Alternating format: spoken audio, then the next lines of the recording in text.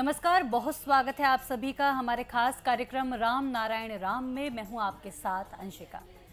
दर्शकों, आज इस एपिसोड में हम चर्चा करने वाले हैं एक अहम विषय पर। पिछले एपिसोड्स में आपने हमें देखा होगा, सुना होगा बात करते हुए कि धरती का मालिक कौन है, आखिरकार धरती पर हम अपना अधिकार क्यों जताते हैं और क्यों करना चाहिए, क्यों नहीं करना चाहिए। आज हम बात करने वाले हैं शंकर सरकार जी से ये जानने के लिए कि अगर धरती का मालिक हम लोग नहीं हैं तो हमारा मालिक कौन है।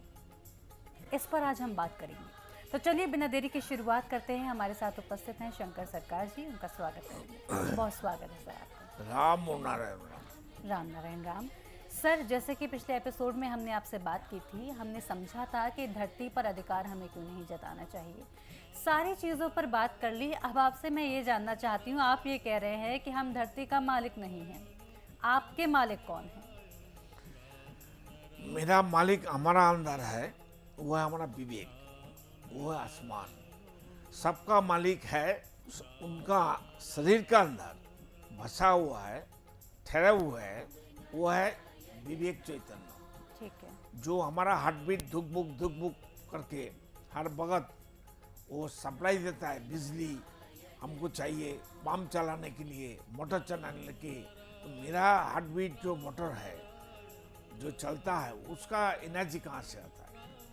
एक्चुअल मालिक सबका है, लेकिन वो मालिक को छोड़ के हम लोग खुद का मालिक बन गया। तो एक स्टोरी है जी। स्टोरी भी हकीकत है। अच्छा, बताइए। वो है एक चीता है ना, चीता समझते हैं ना आप लोग? हाँ हाँ हाँ। चीता गाय को पीछे से देखा, गर्मी का टाइम था, तो गाय को पानी पीना है, बहुत गर्मी पड़ा है। गाय को पानी पीने के लिए तालाब में घुस गया।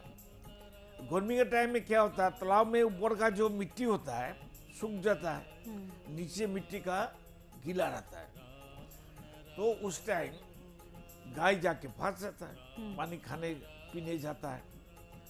तो गाय जब फंस गया, चारों पांव फंस गया, तो पीछे से चीता आके ऊपर से छलांग लगा के गाय का बाजू में फंस गया। अच्छा।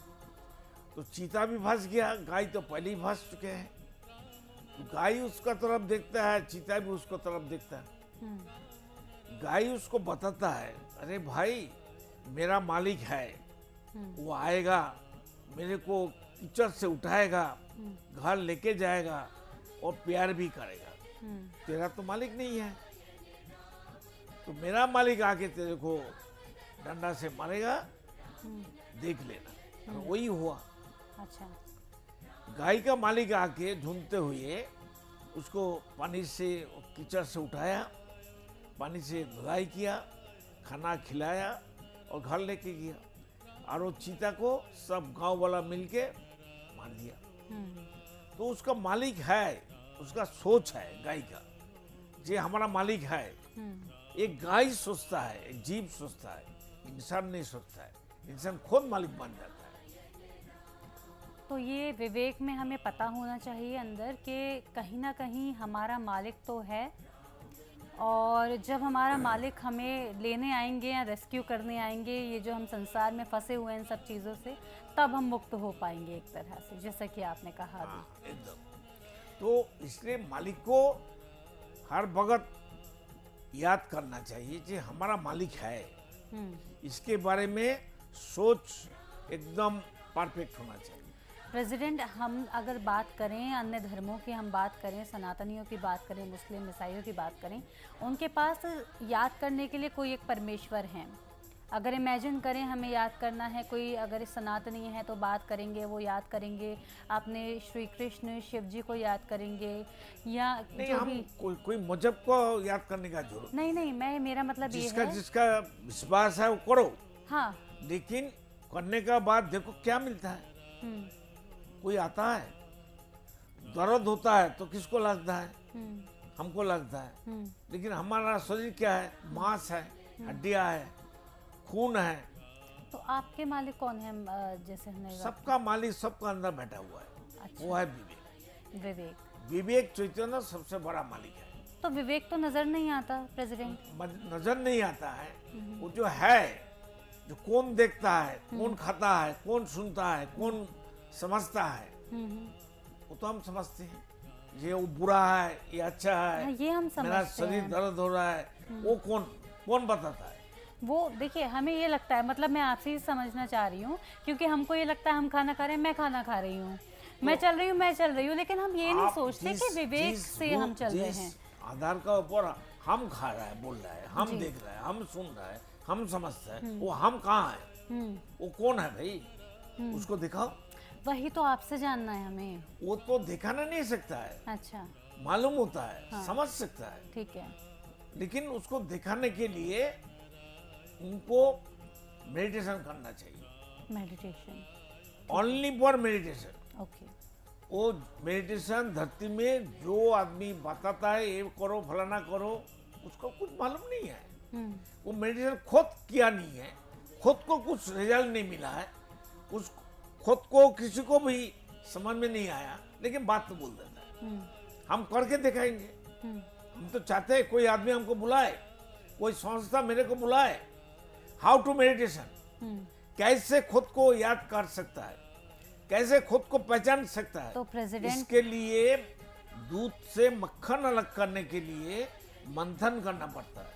प्रेसिडेंट हमारे व्यूअर्स को बताइए ना किस तरह से मेडिटेशन करें, खुद से मेडिटेशन के कैसे लिए जुड़ें? लंबा एक प्रैक्टिस है। अच्छा, ठीक है। प्रैक्टिस से पहले एक टारगेट है, सोच है, ठीक है। प्रतिज्ञा करना पड़ेगा।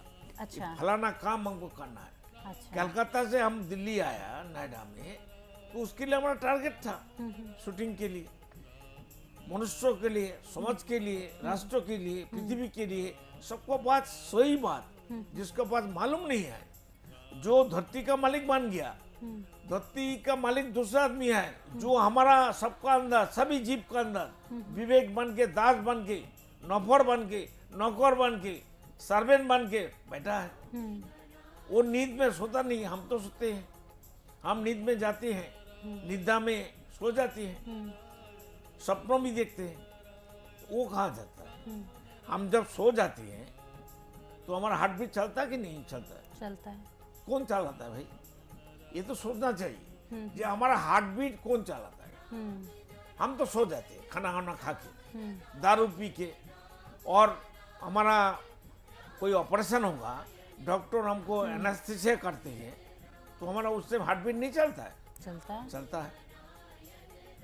उसको तो अलग नहीं कर सकता। विवेक को हार्ट बीट को बंद करके कम नहीं कर सकता। नहीं। आर्टिफिशियल हार्ट बीट चलाना पड़ता है। हाँ।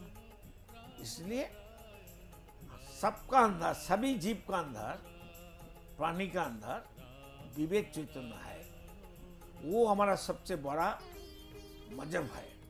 उसको पहचानो, मैं कौन हूँ, कहाँ से आया, कहाँ जाएंगे, और जाने का टाइम, मरने के बाद क्या लेके जाएंगे, इसके बारे में किसी को सोच नहीं है। जन्म लिया, ज्यादा से ज्यादा 100 साल 200 साल जिएंगे, बाद में क्या हुआ? मरना तो है सबको। ऐसा कोई भगवान, देवता, कोई मनुष्य, कोई भगवान, कोई साइंटिस्ट, कोई विज्ञानी, कोई पढ़े लिखे हो, पैसा वाला हो, सबको तो मरना है। सबको आया तो जाना है। हम दिल्ली में, नोएडा में आए, हमको तो कलकत्ता घूम के जाना है। यहाँ का काम करने के बाद हमको दिल्ली जाना ही, कलकत्ता जाना ही पड़ेगा। तो हम जब धरती में जन्म लिया, हमको एक्सेस मिल गया, हम आ गया, अनुमोदन मिल गया, फिर जाने का टाइम क्या लेके जाएंगे, इसके बारे में कोई नहीं सोचता। आदमी मर जाता है तो घर का जितना प्यारे आदमी हो, कोई भी हो, जो मरने वाला लाश होता है, बॉडी होता है, उसको 2 घंटे के अंदर बाहर कर देता है। तो उस टाइम उसको क्यों घर में नहीं रखता? उसकी कीमत खत्म हो गया, क्योंकि उसका अंदर जो मालिक था वो निकल गया। मालिक, जहाँ का मालिक, सबका मालिक एक ही मालिक है, वो आसमान। अच्छा। आसमान से हम लोग आया है। अभी जो धरती है, पृथ्वी है, ये वर्ल्ड, ये कहाँ से आया? सूरज से। अच्छा। सूरज कहाँ से आया? आसमान से। सूरज अभी कहाँ है?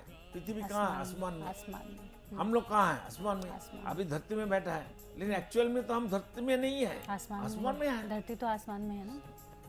यही आसमान का बात हम कर रहा हूँ।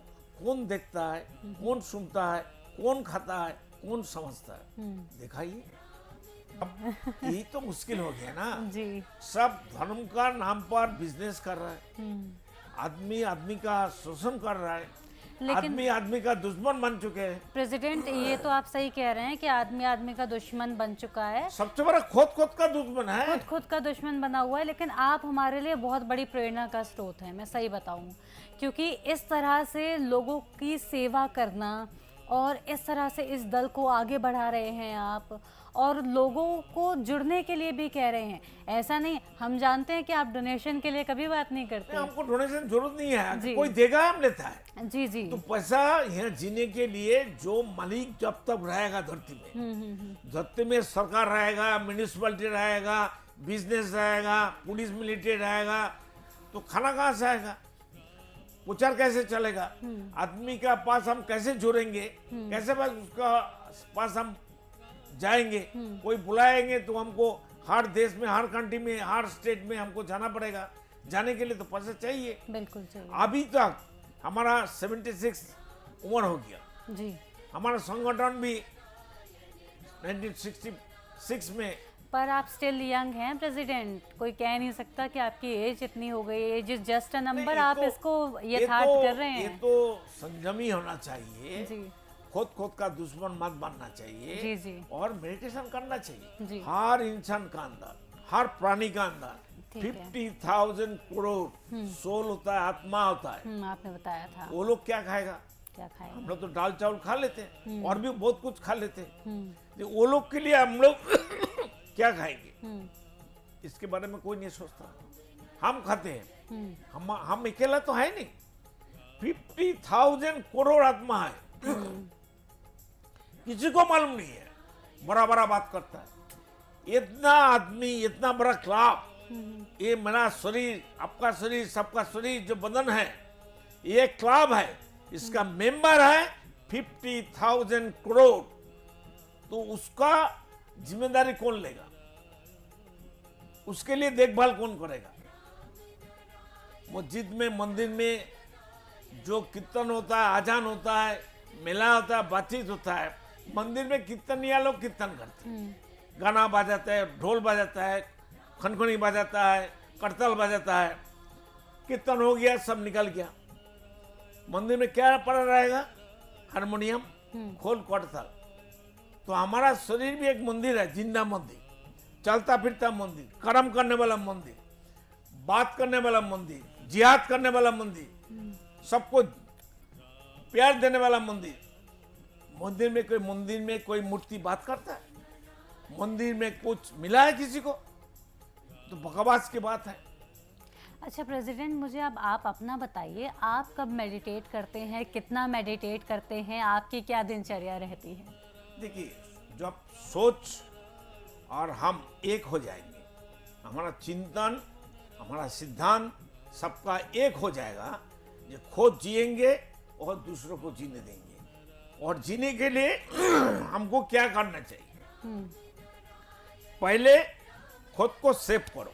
मेरा गुरुजी बालक ब्रह्मचारी, उनका नाम, असली नाम है, पिता माता का दिया हुआ नाम वीरेंद्र चक्रवर्ती। उसने पहले बताया सबको, हमको भी बताया, पहले तुम खुद को सेव करो, रक्षा करो। ठीक है। तो हम कैसे रक्षा करेंगे? हम दारू पिएंगे, सिगरेट पिएंगे, पान खाएंगे, खैनी खाएंगे और अफीम खाएंगे, हर चीज खा लेते, मरते जल्दी जल्दी। तो जो इंसान खुद को सेव नहीं कर सकता है, रक्षा नहीं कर सकता है, दूसरों को कैसे रक्षा करेगा, मदद करेगा? मतलब ही नहीं है। हर इंसान को पहले खुद को कीमत देना चाहिए। हम कौन हैं, कहाँ से आया, कहाँ जाएंगे और क्या लेके जाएंगे मरने के बाद? क्या लेकर जाएंगे प्रेसिडेंट? ज्ञान लेके जाएंगे, पुग्गा लेके जाएंगे, एक्सपीरियंस लेके जाएंगे। अच्छा। तो जैसे हम लोग स्कूल में जाते हैं, हाँ, कॉलेज में जाते हैं, हाँ, पीएचडी करते हैं, हाँ, तो हम क्या लेके आते हैं? ज्ञान लेके आते ज्ञान लेकर आते हैं। हैं। ज्ञान भी एक वस्तु है, हम्म, एक नॉलेज है, हम्म, एक सोच है, हम्म, एक दिशा है। तो प्रकृति का जो ज्ञान है, प्रकृति जो कर्म करती है, वही हमारा ज्ञान है। वो प्रकृति का भाषा समझना चाहिए। प्रकृति का हर चीज हमारा शरीर के अंदर है। ऐसा कोई चीज नहीं है जो आसमान में और नेचर में नहीं है। हर चीज हमारा शरीर में है, आपका शरीर में है, सबका बदन में है, हर प्राणी का अंदर है। जी। तो इसलिए हम लोग को आगे सोचना चाहिए, आगे क्या करना चाहिए। खुद जियो, दूसरों को जीने दो। प्रेसिडेंट, हम खुद जीने की कला तो कर लेंगे, आप मेडिटेट कब करते हैं मुझे ये बताइए। हमको तो मेडिटेट, हम मन ही हमारा मेडिटेट हो गया। अच्छा। मन हमारा, मन को पूरा उनका साथ जोड़ चुके हैं। अच्छा। मन, विवेक, चैतन्य, आत्मा, शरीर एक ही चीज है। हमेशा आप मेडिटेशन वाली स्टेट में रहते हैं। चिंतन ही हमारा मेडिटेशन है, जी। सिद्धांत हमारा मेडिटेशन है, मेरा सोच मेडिटेशन है। जी। तो आगे और तो कोई हैंकी पैंकी नहीं चलेगा। बिल्कुल बिल्कुल। खुद का साथ तो दुश्मनी नहीं कर सकता, नहीं कर सकते। सबको बेवकूफ बना सकता है। कोई आदमी खुद को खुद नहीं को बना बेवकूफ बना सकता। सकता है? पॉसिबल ही सबको धोखा दे सकता है। खुद को धोखा कैसे देगा? लेकिन जानबूझ के धोखा देता है। नहीं। अच्छा। जानबूझ के हम लोग दुश्मन मानते हैं। क्यों? विवेक विरोधी काम करती है। जी। जो इंसान विवेक विरोधी काम करता है उसका पतन होगा और उसका फॉल डाउन होगा, उसको सर्वनाश होगा ही होगा। तो ये हमें ध्यान में रखने की जरूरत है। एक इंसान को धरती में, वर्ल्ड में एक इंसान का नाम बोलिए ना जो वो खुद को प्यार करती है। ऐसे आदमी एक नाम बताइए, हम उसको दर्शन करना चाहते हैं। सबको एक मंच में आने बोली ना, बातचीत हो जाए, बातचीत होके हाँ। मंथन करके हाँ। एक दिशा निकल जाएगा। सही बात है। उसका पास अच्छा मजहब है, अच्छा सोच है, हमको दीजिए। अगर हमारा बात अच्छा लगे, मेरा गुरु का बात, प्रकृति का बात, हमारा बात नहीं है, गुरु का बात नहीं है, बात नेचर का है। हर चीज नेचर का है। बिल्कुल प्रेसिडेंट, आपसे हमें बहुत कुछ चर्चा करनी है। आज के इस एपिसोड में हमने काफ़ी कुछ समझा कि हमारा मालिक कौन है, आपका मालिक कौन है, ये हमने जाना। इस चर्चा को हम आगे और बढ़ाएंगे। फिलहाल वक्त हो चला है इस एपिसोड को यहीं पर विराम लगाने का। मैं आपका धन्यवाद देना चाहूँगी, आप यहाँ आए, आपने कीमती समय दिया। रामो नारायण। तो दर्शकों, इसी के साथ आज के इस कार्यक्रम में इतना ही। उम्मीद करती हूँ कार्यक्रम पसंद आया होगा और हमारा मालिक कौन है, हमारा स्वयं विवेक है। ये चीज़ आज के इस कार्यक्रम से हमें ज़रूर समझ में आई है। इसी के साथ अगर आप जुड़ना चाहते हैं संतान दल से तो आप उनसे कांटेक्ट कर सकते हैं। डिस्क्रिप्शन बॉक्स में आपको डिटेल्स मिल जाएंगी और जितना हो सके आप उतना डोनेट कर सकते हैं। कोई आपको फोर्स नहीं करेगा कि आपको ये अमाउंट ही करना है। आप जितना आपसे पॉसिबल है आप उतना डोनेट कर सकते हैं और किसी ज़रूरतमंद की सहायता के लिए आगे ज़रूर आए। इसी मंगल भावना के साथ मैं लेती हूँ आज्ञा। फिर होगी मुलाकात, तब तक के लिए नमस्कार। आप देख रहे हैं हमारा खास कार्यक्रम राम नारायण राम शंकर सरकार जी के साथ राम नारायण रामशाह। यह एक महाध्वनि और बीज मंत्र है। यह सभी समस्या का संपूर्ण समाधान है। आप लोग इन्हें अपना के देखिए, मन और दिल में क्या प्राप्त हो रहा है। इस कार्यक्रम का विशेष उद्देश्य इसका प्रचार और प्रसार के साथ ही प्रत्येक मनुष्य की मुक्ति का मार्गदर्शन है और यह आपकी दिल की बात है। इस मार्ग पर पुण्य और मुक्ति निश्चित है। इस कार्यक्रम के माध्यम से संतान दल द्वारा चलाए जा रहे श्रेष्ठ सेवाओं से जुड़कर सबके कल्याण के लिए इस नए कार्य का हिस्सा बन सकते हैं और वृद्धाश्रम, गौशाला, गरीब और वंचित बच्चों की शिक्षा का भी सहयोग और समर्थन कर सकते हैं। संतान दल सबका एक ही परिवार है।